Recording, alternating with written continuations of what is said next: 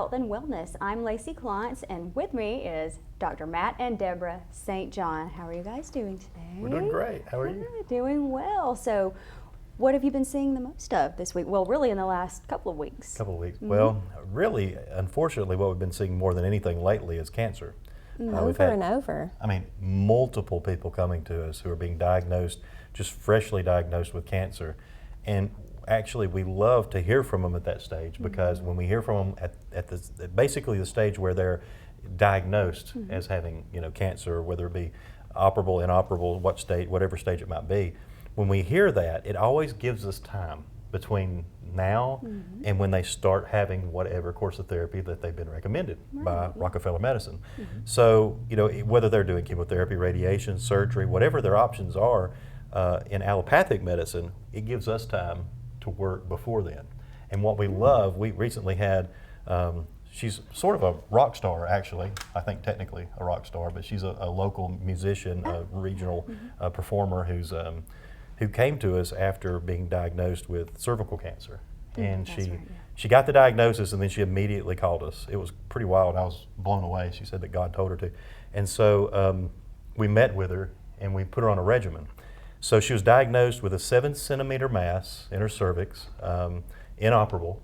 They were going to do chemotherapy and radiation, heavy doses. And so she started on some B17. She started on reishi mushroom. She eliminated all sugar from her diet. She began taking the Doctor's Immune Forte. What else did she take? The Firesider. Firesider. The parasite cleanses. Right. It's 2 different parasite cleanses. So she started on this. So she went to be checked again to be slated for surgery. And when they scanned her again after 11 days of starting the regimen, her 7-centimeter mass went down to 4 centimeters and is now operable. So now she can have surgery on the 20th. And we're so excited. Actually, what we're excited about is them going in and saying, oh, there's nothing to get. There's nothing.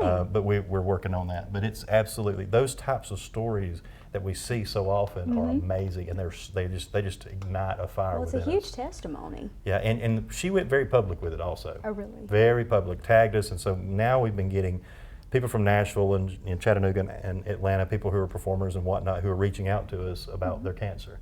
And there's so many people being recently diagnosed with cancer. It's a little creepy, actually.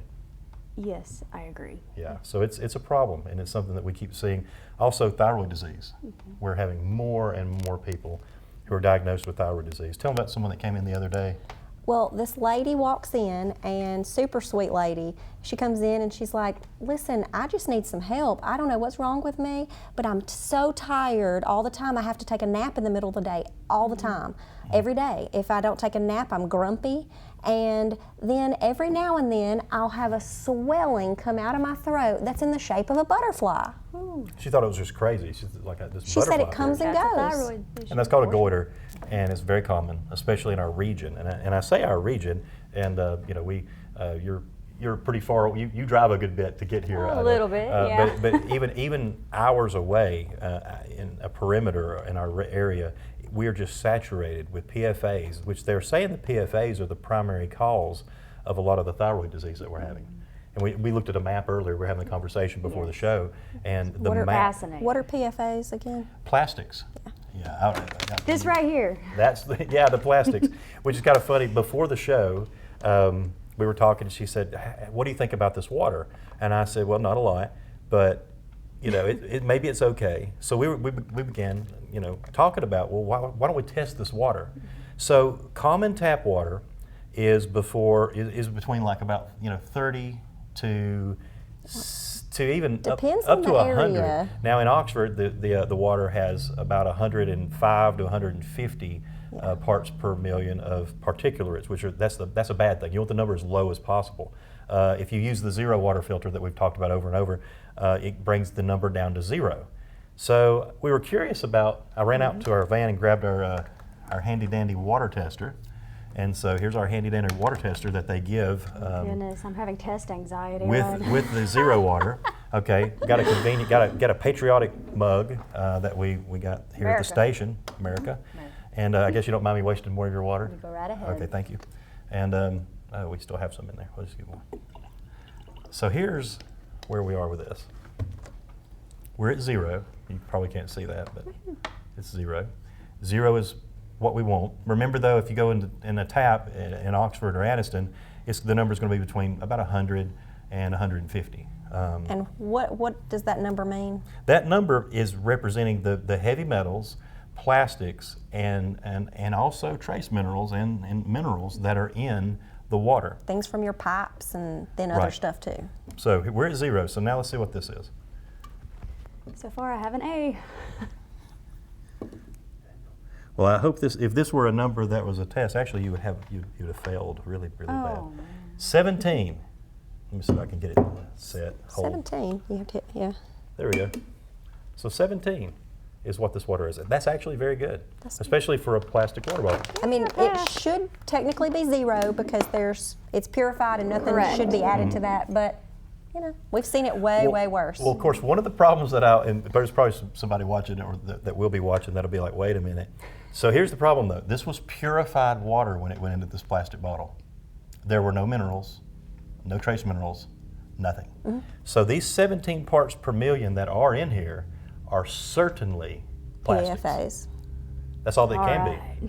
So you're drinking 17 parts per million of plastics in that bottle. Now, it could be a lot worse. It's really gross, though. It kind of is. And when you think about how PFAs lead to thyroid disease, how easily it can cause thyroid, and how thyroid disease leads to huge issues with your mobility, with your energy level, with your metabolism, with your heart rate, heart function. Your thyroid is a small gland, but it's also very sensitive because it's small. And it's one of the first glands to be impacted. Like when people in fruit Hearst and muscadine were dealing with all the PFAs in their water and all the chemicals in their water. Of course, the truth was never really fully revealed about all that. But people were developing cancer, reproductive problems, having issues with their children, and so the issue with those PFAs is that they were coming in from a Tyson chicken plant. And these were people using well water, so they're not using city water. They thought they were healthy because they were using well water in the country. But just because you're using well water does not mean the water's safe or high quality. So you need to have it tested. And Test your water. I think Jacksonville State University will test it for you if you call the biology department or whatever. Just to, get it checked. It's very important. Of course, I think the health department in Calhoun County could probably, or whatever it is over there, Cleveland County can probably help you too. Yeah, that's great. Yeah. Well, so everyone, letting you all know, we are on Facebook Live right now, and if you have a question for Dr. Matt and Deborah St. John, please comment and we will ask him. And it looks like we do have a question right now. It went away. Let's see. Would you recommend, I have to pick this up. Would you recommend ivermectin as a cancer prevention thing? I am hearing it helps. Ooh, good question. Thank you, That Ms. is- Lucy. That's so good. Okay. That is a good question. Okay. During COVID, we heard the name ivermectin so many times, I would did. like to have hit my head on the wall. Ivermectin is a probiotic and it's an antiparasitic. It's derived from dirt. A Japanese research scientist Really? discovered it. Yeah, a Japanese research scientist discovered this dirt probiotic and found out that it is great for parasites. So it's been being used as a wormer for animals, for even for people, for worms. When COVID came out, there was some information that came out that ivermectin could be effective for COVID. I do remember that very well. It's pretty wild because we're part of the Concerned Doctors Group and worked with them a lot during COVID, and we were featured on their webinar with our P77 and talking about Artemisia and all this. Well, when we started comparing Artemisia to ivermectin, it was a lot safer and had a whole lot more clinical data. And then the entire country of Madagascar, as we talked about, the president went on television and basically said, "Hey guys, this is what we're using for our COVID. We're not taking vaccines." So that was a strong stance. It So was. so we leaned heavily toward Artemisia and incorporated that into our P77 formula. When we did that, it became extremely effective. So we distanced ourselves from ivermectin. Not that ivermectin doesn't work, but because ivermectin can have a lot of side effects and can be dangerous when combined with other medications. And so, knowing that it's just a dirt probiotic, and knowing that it's more or less natural, even though it's a synthetic drug now, we just felt a lot better with using the P77, and we had a lot better results. And during COVID, when Omicron came in, the one that was more respiratory, upper respiratory, It was basically a cold. right? It basically was almost you couldn't touch it with ivermectin, yet At the same time, P77 was knocking it out. So all the ivermectin doctors, which weren't a lot of them, but a few of them in the concerned doctors group, were going behind the scenes to us to get for their families P77 and for themselves to take P77. So that opened our eyes a lot to it. But for cancer. But as far as for cancer, well, that gets back, we're talking about parasites. Of course, we believe that parasites are one of the primary causes of cancer. That's a controversial statement, and Hulda Clark wrote about it in the book, The Cure for All Disease, The Cure for All Cancer. But at the same time, we see it. Now think about this. Cancer has existed since mankind has existed, right? We want to blame cancer on, Monsanto. We want to blame cancer on these companies and the horrible foods and the preservatives and the chemicals and all this stuff. Well, that's true. Those are carcinogenic, and those are many of the reasons why a lot of people are getting cancer today. But yet, 3,000 years ago, 4,000 years ago, they can take the mummies and that are in Egypt, and they actually have found parasites, active parasites. T. gondii persist in the brain still. So you actually have this history of parasitic infestation that dates back to the beginning of mankind.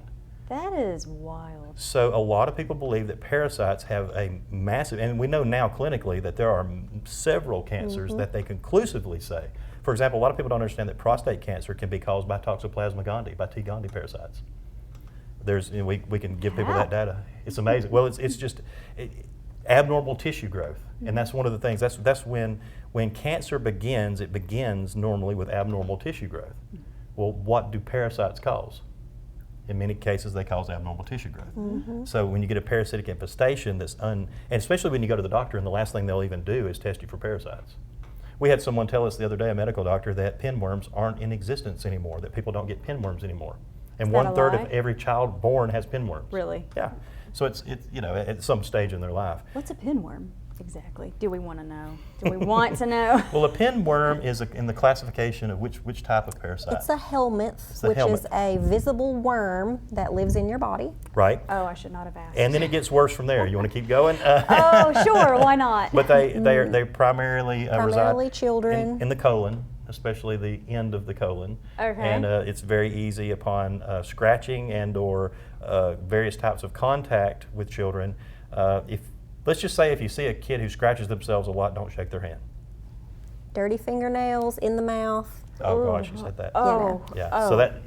So that's pinworms. Wow. The more you know, Ready for a everyone. Oh, I think we are ready for All a right, let's commercial. We're go. going to have more questions from you all when we come back. Stay tuned. That's awesome. May not believe it, but it's true. The 2024 Team 1 Chevys are here. All 2324 Silverado light duties have 2.9% financing for 72 months. The hottest new 24 Team 1 Chevy Blazer, 1.9% financing and no payments till April. And the #1 selling family vehicle, the Equinox. 24 models. You got it. 1.9% financing and no payments till April. Team 1 Chevrolet, home of the best people, the best service, period.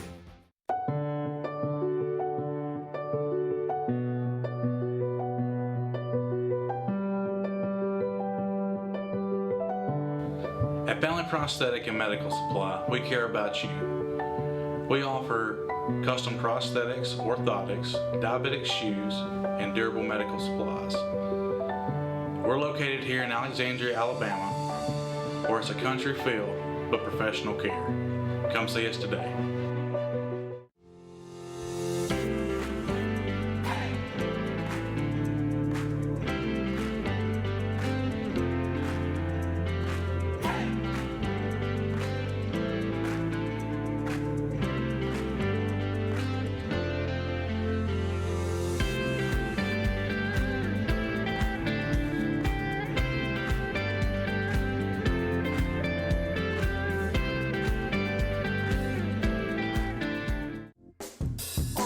All right. A little more about Academics. Parents, do you want to secure a bright future for young people? We have science, technology, engineering, and mathematics. Get your kids involved with Academic STEM kits. Go to www.academics.com to order your STEM kits. It's going to be STEM-tastic. Like science is for you.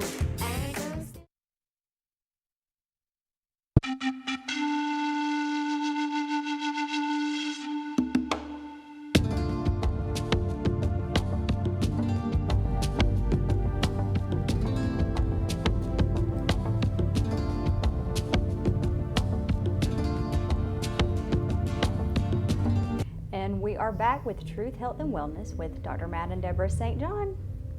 So what were we talking about during the break? We don't. Well, during the break, we finally broke the ice and got on to another subject a little bit. There was a Oh, my question that goodness. came in. Yes, Yeah. Miss Lucy, she asked another question.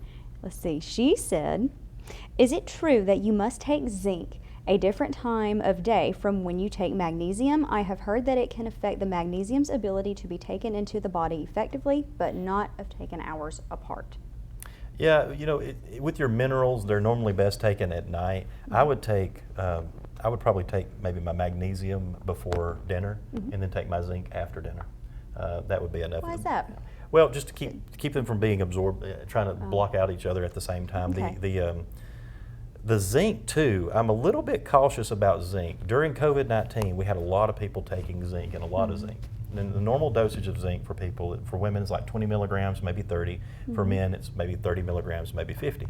And that's definitely enough. And I actually kind of recommend to most people that when they're taking a mineral, skip the weekends. Minerals accumulate, just like heavy metals and everything else. So you don't necessarily need them every day. So, but during COVID, so many people started taking really high doses of zinc unmanaged. They were like, well, if 10 remember. milligrams or 30 milligrams is good, I may as well take 600 milligrams. And that's not good. That's not I'm good. sure. Don't do that. Can your So- body not digest it well? Or Well, or what sensitive? happens is zinc, you can actually get zinc deposits in the brain, and it can cause signs of dementia and Alzheimer's. It becomes a heavy metal at a certain point. Really? So we recommended that people start backing off the zinc as much as they could in those any type of mega dose like that, and just stay on a 30 to 50 milligram dose, during the week, and maybe skip the weekends. And when people started doing that, it was great.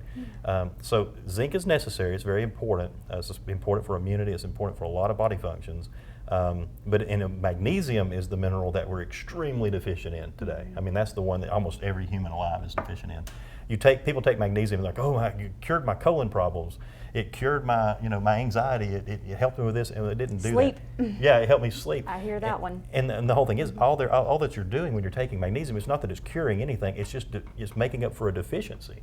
You're having sleep problems because of a magnesium deficiency. You're having, problems with your restless leg because of issues with a deficiency of magnesium. You're having these problems because you weren't getting magnesium, and now that you add it to it, it's like it fixes it.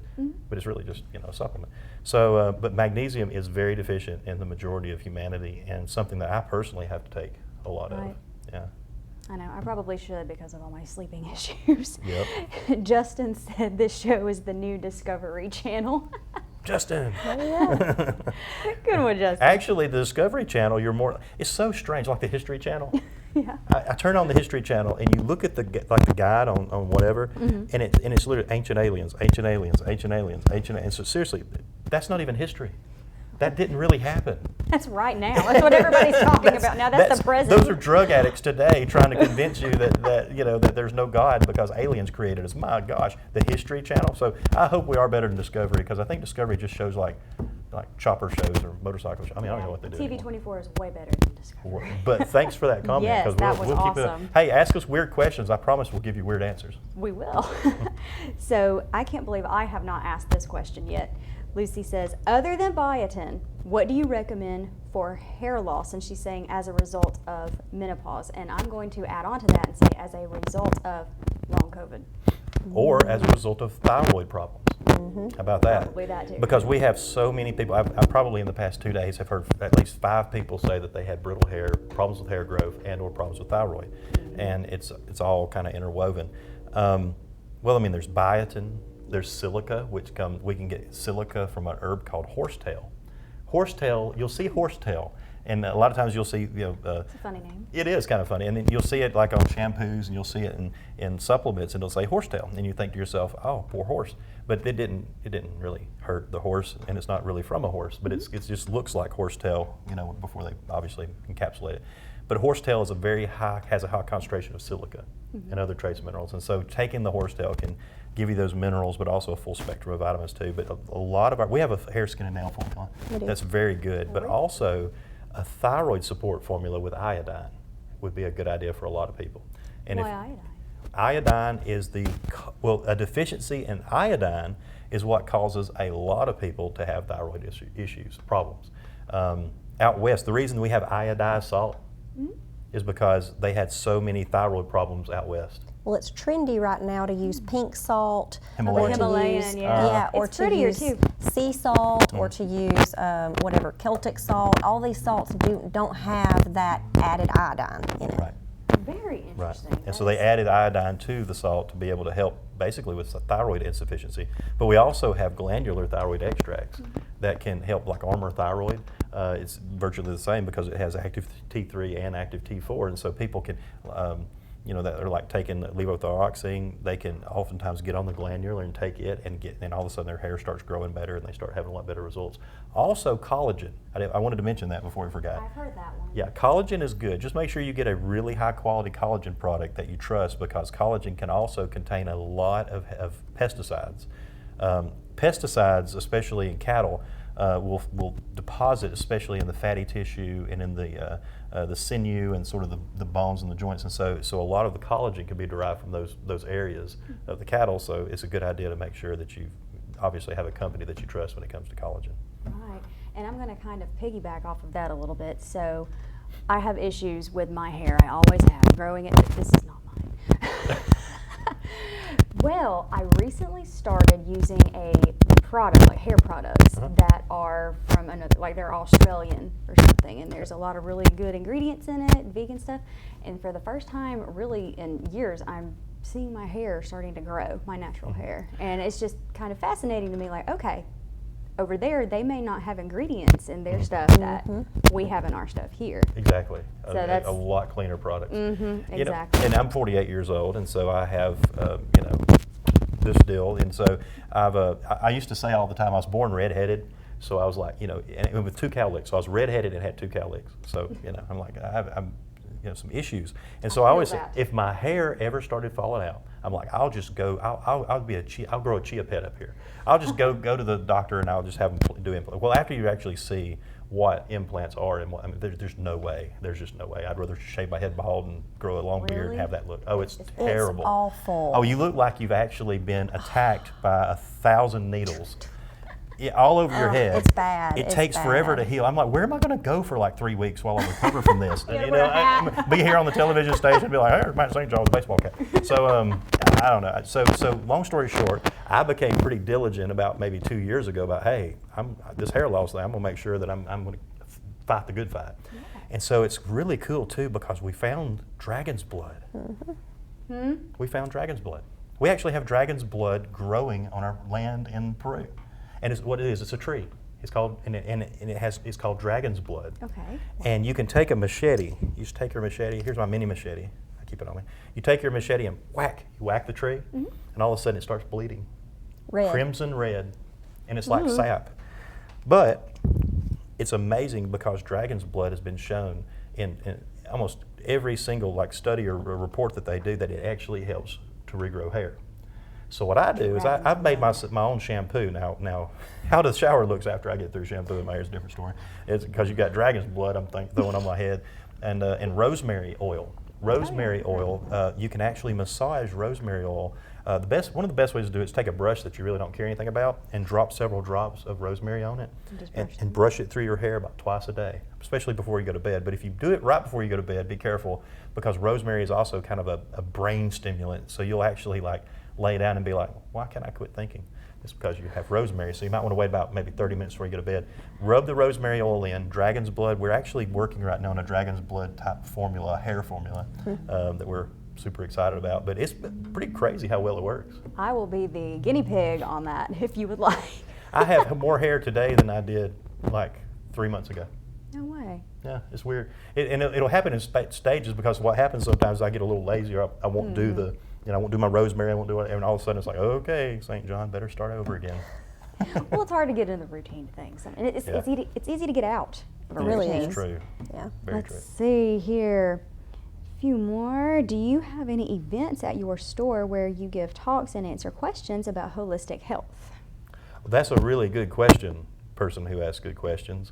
We were talking about that. I would love to do that. That lady with the butterfly on her throat. Yeah. She came in and she said, I homeschool my kids, and she was asking about fire cider, which we talk about all the time on here.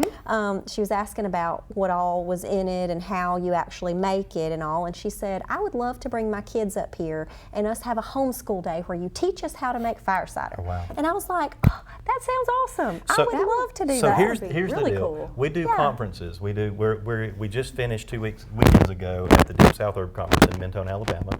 And there are normally 2 of those that we have a year. We had actually canceled the fall one because we have everybody has a lot going on. Well, then it got uncanceled because of demand. So now we're having another one in the fall up in Mentone, Alabama. It's called the Deep South Herb Conference. We're going to start putting more on our page too. We also we do conferences up in Michigan, Indiana, Tennessee.